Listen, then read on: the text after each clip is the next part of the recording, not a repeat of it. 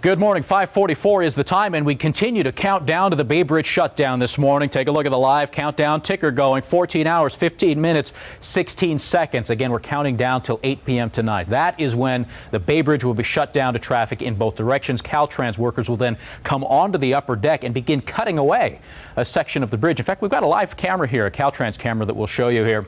Oh, no, actually, we'll show that to you coming up in just a bit. But KRON 4's Dan Kerman gives us some alternatives now on how to get around during this 4-day closure. With the Bay Bridge out of commission for 4 days, your driving options to get across the bay are limited.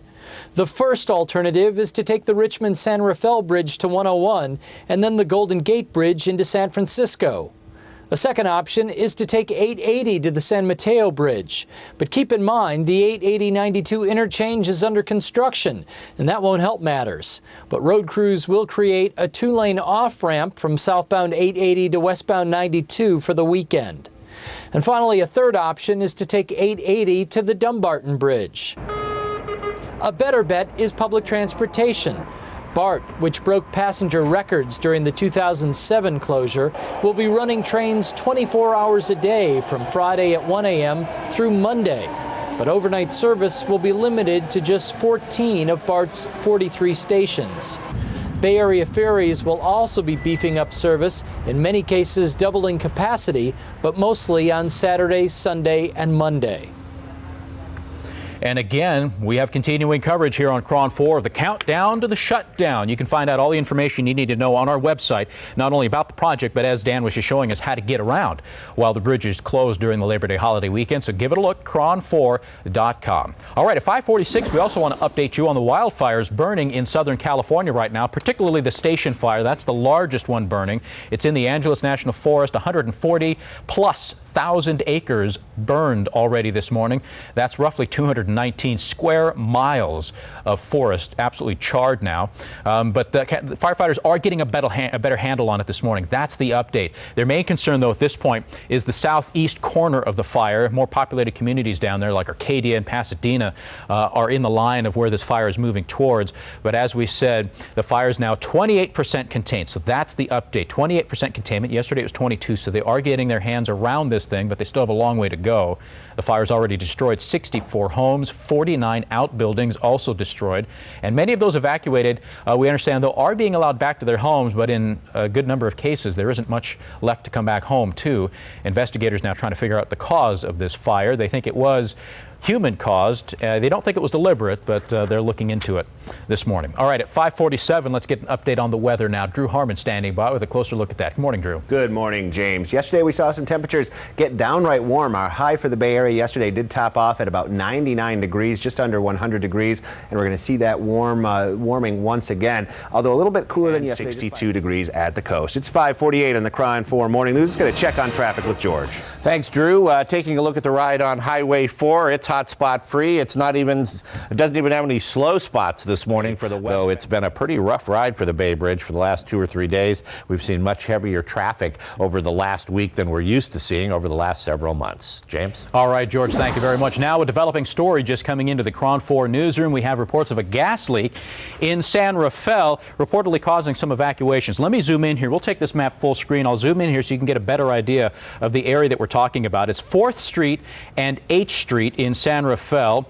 PG&E, we understand, is on scene, and not a lot of other information known at this point. Again, reports of some evacuations in the area. Other than that, though, let's zoom around here and just to get a better look at the neighborhood. It looks like there's some businesses. This doesn't look like it's a residential area, at least from this vantage point. So we'll wait and see what PG&E has to report. But at this point, a gas leak now closing at least that intersection at 4th and H here in downtown San Rafael. Evacuations of the immediate area underway, and as soon as we hear back from PG&E, we'll come back with another update. In the meantime, at 5:51, we've got to take a commercial break here, but we'll be back with more in a minute. The latest on the Bay Bridge still ahead. In fact, we have a live picture here. KRON 4's Yoli Aceves on Treasure Island shooting back at the Bay Bridge span that will be affected. Well, the entire bridge will be affected come 8 p.m. tonight. Don't forget, check it out at KRON4.com. More information there. We'll be right back. And we are back. 5:54 is the time, and we are counting down the clock until the Bay Bridge is shut down today. 14 hours and 5 minutes left until 8 p.m. tonight. That's when the bridge is shut down. And I know we keep beating you over the head with this, but you know what? Going to be people out there driving towards the Bay Bridge tonight going, oh, that's right, it's shut down. See, you got to remember it's shut down. A live Caltrans camera here showing you the traffic headed into Yerba Buena Island.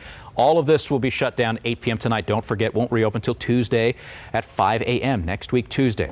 All right, also, we want to talk about Dr. Phil, and it all relates to the J.C. Dugard case. You know, she's been obviously held captive for the last 18 years, and then we saw the reunion with her mom. We haven't seen it yet, but we know that they've been reunited. It's an emotional story, making national headlines. Well, tonight, Dr. Phil gets into the mix. He's featuring the story. Here's a quick preview. We've got mental health professionals involved in this process. Mental health professionals that know these people don't tend to get better with treatment. Here's a guy that's being warehoused in prison. There is not one thing anybody can point to say that this guy was rehabilitated, that this guy had the intensive reconstruction of personality traits, characteristics, values, and viewpoints that suggested that he would be any less of a threat when he was let out than he was when he was in jail.